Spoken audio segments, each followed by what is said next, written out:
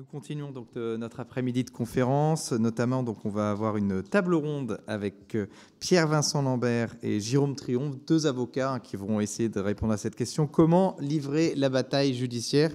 Et puis nous conclurons avec Frédéric Rouvillois. Voilà, on va essayer de savoir comment comment peut-on sortir du gouvernement des juges. Mais tout de suite, vous le connaissez, c'est le fondateur, c'est le président de Polémia. On accueille Monsieur Le Gallou qui va nous parler de la montée de l'insécurité et la responsabilité de la justice.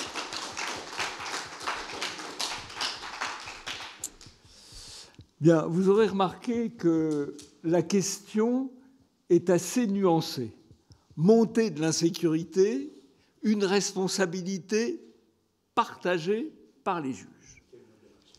Quelle modération, quelle modération. Mais je crois qu'en l'occurrence, la modération renvoie à une certaine forme d'exactitude. Parce que les juges sont sûrement responsables de la montée de l'insécurité, mais ils ne sont pas seuls. C'est partagé. Alors, première remarque, le pouvoir des juges est affirmé en France à plusieurs épisodes qui ont été évoqués. J'en rappellerai brièvement trois. 1971, quand le Conseil constitutionnel a décidé qu'il avait compétence pour juger non pas de l'application stricte des termes de la Constitution, mais pour juger des lois en fonction de principes généraux, coup d'État du Conseil constitutionnel qui a été accepté à l'époque par le pouvoir politique, en l'occurrence le président Pompidou et sa majorité qui était la chambre la plus à droite, la chambre élue en 1968, qui était une chambre très à droite. Donc il y a une responsabilité du pouvoir politique. En 1978, quand le Conseil d'État décide de rouvrir le regroupement familial sans contrôle, le pouvoir politique pouvait essayer de le contourner par la loi. Peut-être se serait-il d'ailleurs alors opposé au Conseil constitutionnel. Il ne l'a pas fait. Il paraît que c'est un des grands regrets de Giscard de ne pas l'avoir fait. Troisième élément de co-responsabilité juge politique, c'est qu'aujourd'hui, l'essentiel de notre dispositif judiciaire, il est héritier de la période de Robert Badinter et d'une série de lois qui, depuis la période de Badinter, comme ministre de la Justice de François Mitterrand en 1981, de séries de lois qui sont toujours allées dans la même direction. Or, qu'a mis en place Robert Badinter, cela vous a été rappelé ce matin, c'est la doctrine de la sécurité nouvelle, c'est la doctrine qui privilégie la réinsertion, qui privilégie la culture de l'excuse, qui a été conçue par un magistrat, M. Ancel, penseur de la défense sociale nouvelle, qui a inspiré cette politique. Avec une conséquence considérable qui est le doublement du volume du code pénal et surtout du volume du code de procédure pénale. Et donc, une masse de textes où puiser pour les juges, pour appliquer, ne pas appliquer, et donc une plus grande liberté pour les juges à partir d'une plus grande masse de textes. Avec aussi une conséquence, ce doublement du code pénal et du code de procédure pénale. C'est plutôt bien pour les avocats, dont la profession, je parle sous leur contrôle, les effectifs de la profession d'avocat se sont considérablement augmentés au cours des 40 dernières années. Beaucoup plus que les effectifs des policiers ou des gendarmes, qui n'ont pratiquement pas évolué, ni des magistrats, qui ont un peu progressé, mais peu. Alors c'est vrai que les avocats ne s'occupent pas que de pénal, bien sûr. Les juges non plus, d'ailleurs. Mais bon. Mais si vous voulez, on a doublé le code pénal, on a doublé le code de procédure pénale sans adapter les effectifs. Et par conséquent, on a créé un phénomène de diminution de la productivité. Bon. Moi, j'ai eu le bonheur d'être cambriolé dimanche dernier. Bon, je dois dire, les policiers sont passés. Enfin, je ne me plains pas. Bon, c'est une expérience intéressante d'études de cas de fonctionnement au fond de nos institutions. Et après, bon, j'ai été déposer ma plainte. Alors, j'étais sidéré. Il y avait des hommes, des femmes derrière des bureaux partout. Alors, je ne doute pas qu'une partie de ce travail de bureau était un travail d'enquête, mais je pense qu'il y a énormément de travail de procédure. Et bien, la procédure, ça prend du temps, ça prend des effectifs. Et on voit très bien, notamment, que les effectifs de police ou de gendarmerie, en dehors des troupes de maintien de l'ordre, sont très peu dehors parce qu'ils font de la procédure. Et ils font de la procédure parce que c'est quand même la loi qui a introduit tous ces éléments. Et si je voulais être un peu pessimiste, je dirais que le travail de la justice, c'est un peu de transformer en confetti les procès-verbaux de la police. C'est en tout cas le cas dans un certain nombre de cas. Voilà. Ça, c'est la première remarque. On a, au fond, diminué considérablement la productivité parce qu'on a augmenté considérablement les contraintes de procédure. Et ça, honnêtement, les juges, évidemment, en sont en partie responsables parce qu'ils y étaient favorables et qu'ils jouent dessus, mais ils ne sont pas les seuls responsables. La deuxième chose, c'est que l'insécurité, telle qu'on peut la vivre, dépend à la fois des viviers d'insécurité et des messages envoyés par la justice à la société. Alors, les viviers d'insécurité, j'en vois deux. Le premier est aux limites du politiquement correct, mais je parle en présence de mon avocat, donc je suis protégé. C'est pas une blague en plus. Et donc le premier vivier, c'est l'immigration. Voilà. Il y a aujourd'hui peu de doutes sur la surdélinquance liée à l'immigration. On a des statistiques dans les transports parisiens où 70 à 80% des auteurs de délits sont étrangers, les 20% restants pouvant être binationaux par ailleurs. Enfin, bon. On a, dans les pays où il y a des statistiques ethniques, comme le Danemark et la Suisse, on voit la très forte surdélinquance étrangère. Et en France, on sait, même s'il n'y a pas de statistiques officielles, que 70% des détenus sont étrangers ou issus de l'immigration. Voilà. Bon. Et plus de 50% étant musulmans. Donc il y a une liaison entre la délinquance et l'immigration. Donc il y a dans l'immigration un vivier pour la délinquance. Or ce vivier, on ne cesse de l'alimenter de manière, alors là, très simple. En 1995, il y avait 110 000 entrées légales et en 2022, 320 000. Un triplement.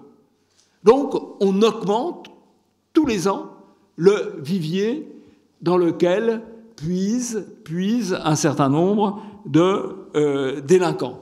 Or, les juges, on l'a vu ce matin avec l'intervention de Saint-Germain, les juges ont une large responsabilité dans le développement de l'immigration. On l'a revu aussi cet après-midi avec un certain nombre d'interventions à la fois sur l'Italie, sur le juge urbain. Les juges ont une responsabilité à la fois comme juge européen, comme juge constitutionnel, comme juge administratif et comme juge judiciaire dans l'immigration. Donc, ils contribuent, par leur action en faveur de l'immigration, au développement de l'insécurité. Le deuxième vivier, plus direct, c'est le vivier des délinquants. Or, moins les délinquants sont en prison, plus ils sont en activité professionnelle. Bon, le violeur viole, le cambrioleur cambriole, l'agresseur agresse, au moins quand il est... D'ailleurs, on l'a vu, il y a eu une période, maintenant ça se fait moins, où à chaque élection présidentielle, il y avait une amnistie. Et donc, d'un seul coup, on libérait 20 000 ou 30 000 types, qui évidemment, dont beaucoup d'entre eux, reprenaient immédiatement leur activité. Et donc, on voyait, après chaque amnistie présidentielle, une montée de la délinquance, tout simplement parce qu'on avait augmenté le vivier des délinquants. Alors, là aussi, M. Macron va vous dire, ça vous a été rappelé ce matin, qu'il y a 10 000 détenus de plus qu'il y a une dizaine d'années. Bon.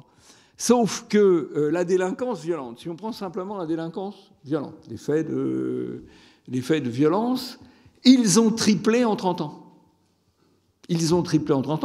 Or, il est évident que les peines n'ont pas, notamment les peines de prison, n'ont pas triplé en 30 ans. Elles ont peut-être augmenté de 10 ou 20%, mais ça n'a absolument pas suivi.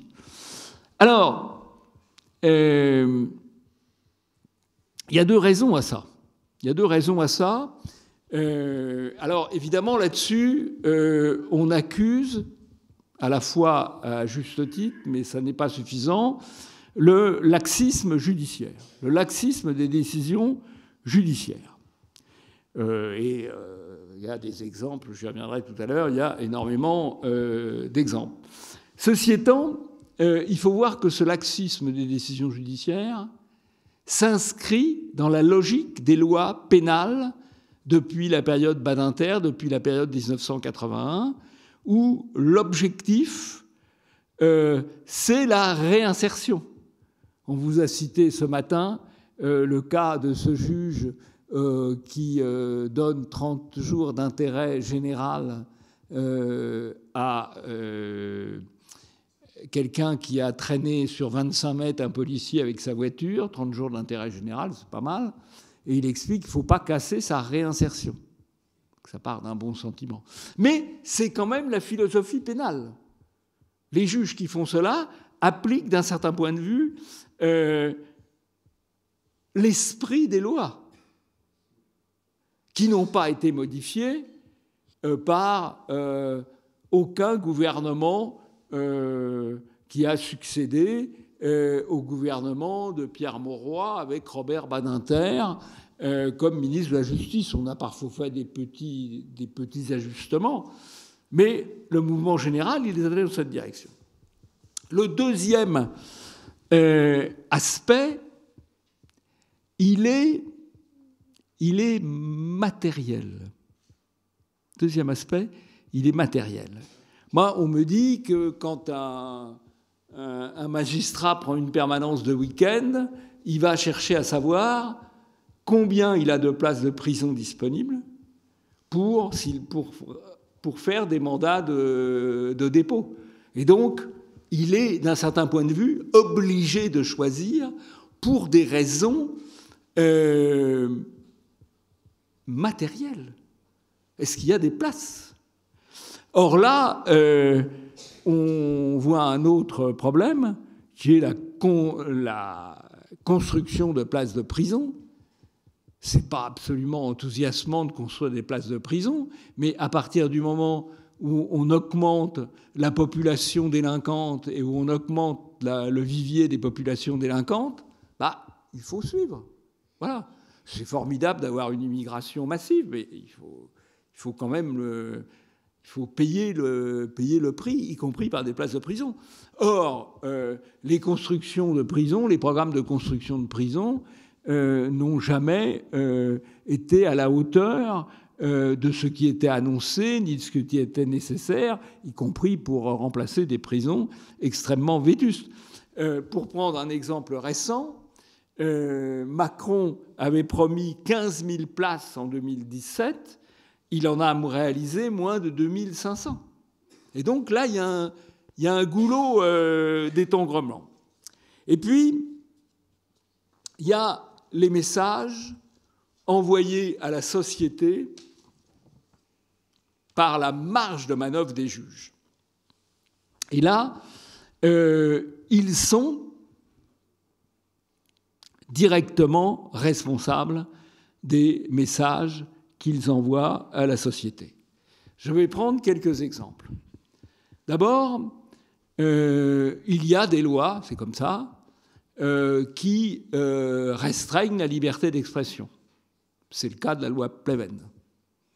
Mais normalement, les lois pénales sont d'interprétation restrictive. Or, ce n'est pas du tout ce qui se passe en matière de liberté d'expression. On a des lois pénales qui sont interprétées de manière extensive. On ne se pose pas la question de ce qu'a dit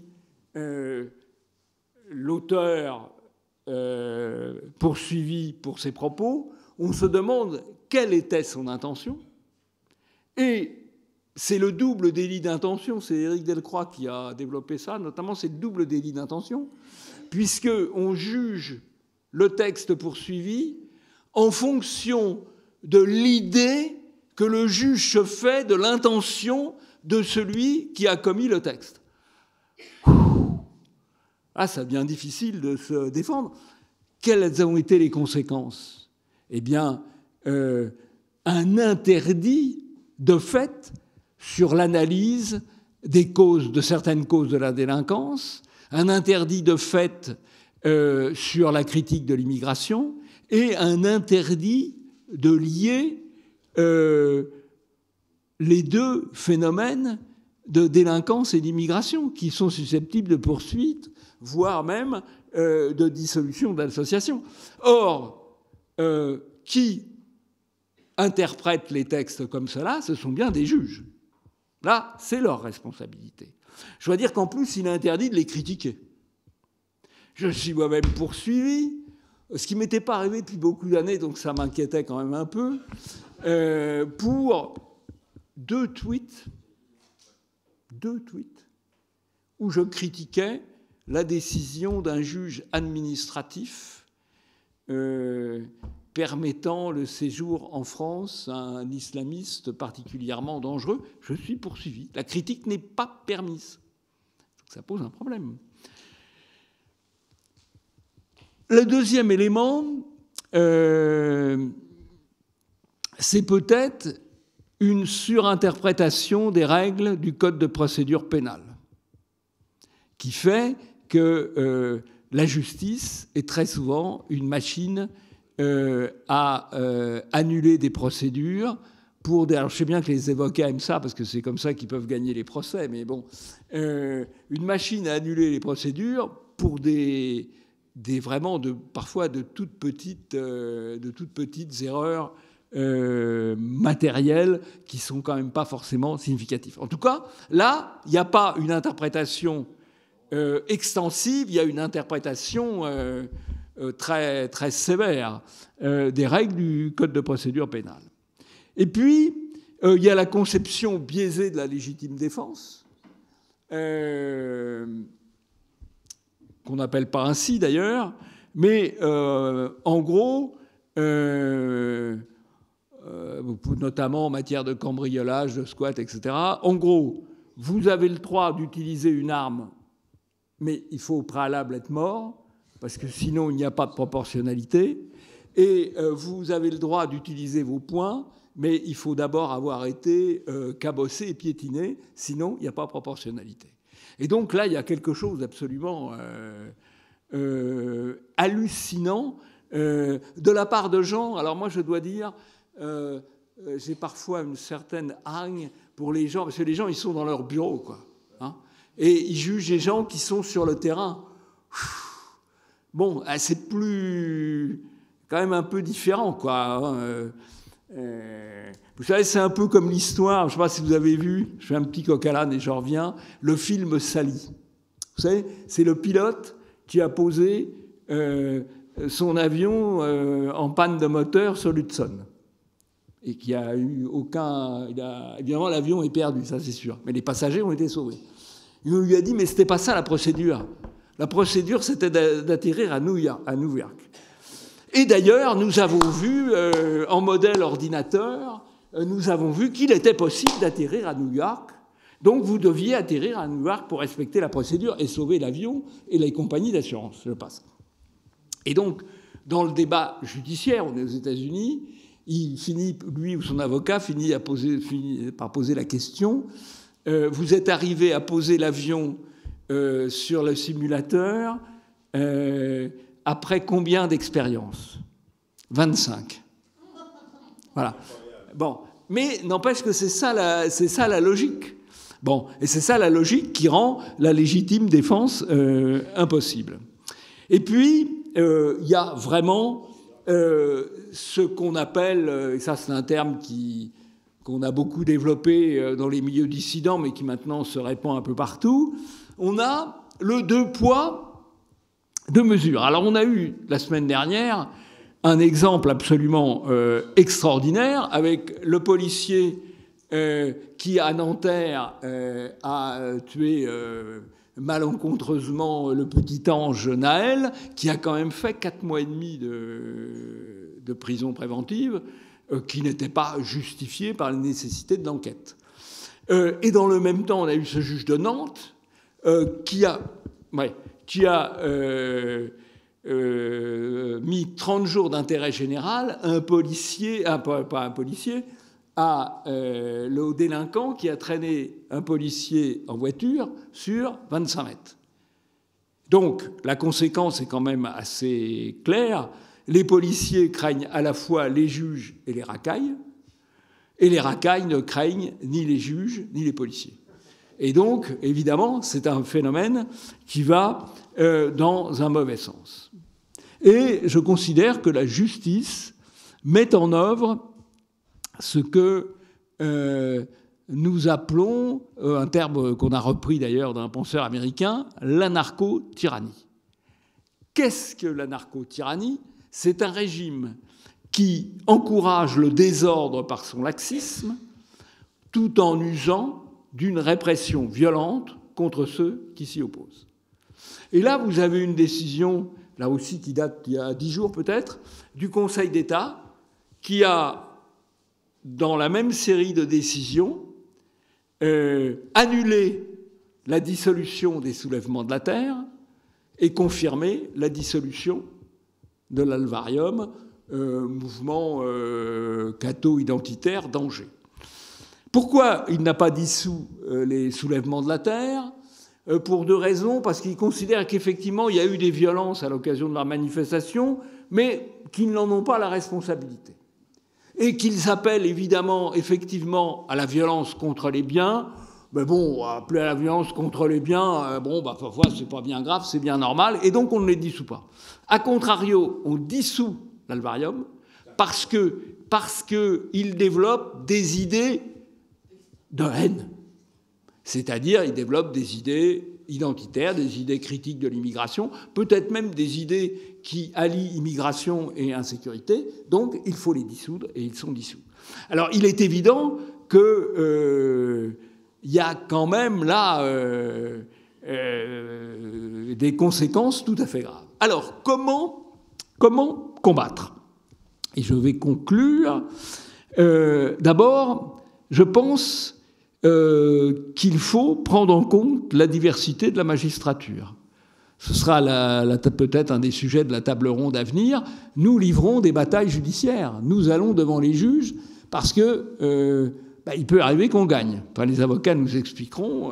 Donc, on ne peut pas complètement se retirer de ce terrain-là. Il faut ensuite rappeler les règles de droit et surtout les principes et les principes de liberté.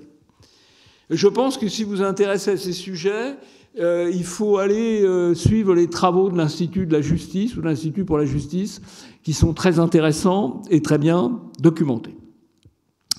Je pense, et ça sera ma dernière proposition, mais on m'a dit qu'il ne faut la faire qu'avec de bons avocats. Voilà.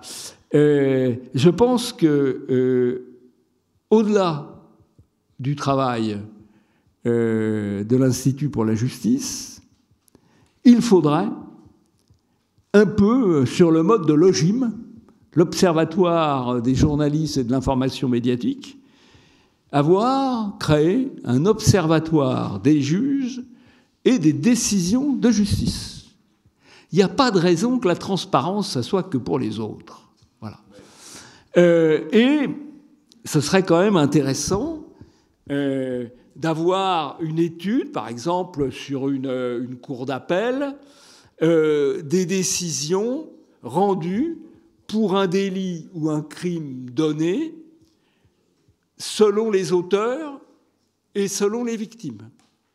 Est-ce que les auteurs, c'est indifférent par rapport à la peine? Est-ce que les victimes, c'est indifférent par rapport à la peine? Auquel cas, c'est parfait. Ou est-ce que ce n'est pas le cas? Et si ce n'est pas le cas, pourquoi? On ne peut pas complètement exclure qu'il y ait un racisme systémique dans la justice. Bon. Et puis, on pourrait peut-être aussi avoir des décisions par juge.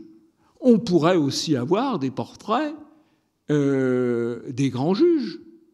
Bon, je vais juste citer quelques noms.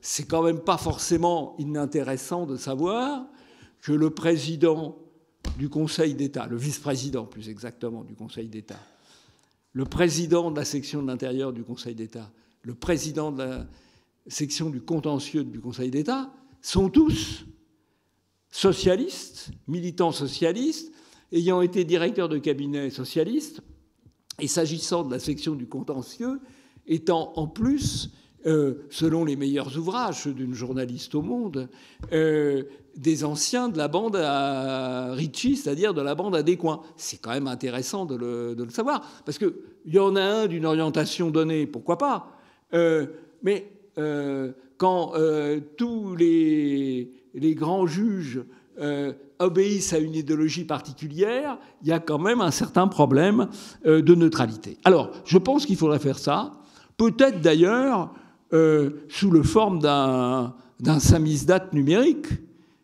après tout, parce que là, je pense que la liberté d'expression, les juges ont un pouvoir considérable, mais ils n'admettent pas d'être critiqués. Et ça n'est pas normal. Ils ont le pouvoir, ils doivent accepter le pouvoir de critique. Et s'ils ne l'acceptent pas, qu'est-ce qui se fait dans les périodes sombres? Eh bien, ce sont les libelles et les samizdat. Et aujourd'hui, on peut peut-être avoir des samizdat numériques. Donc voilà, je lance l'idée. J'avais lancé il y a très longtemps l'idée d'un observatoire des journalistes. Ça a fini par se faire. Je lance l'idée d'un observatoire des juges et des décisions de justice et que chacun puisse reprendre la balle au bon.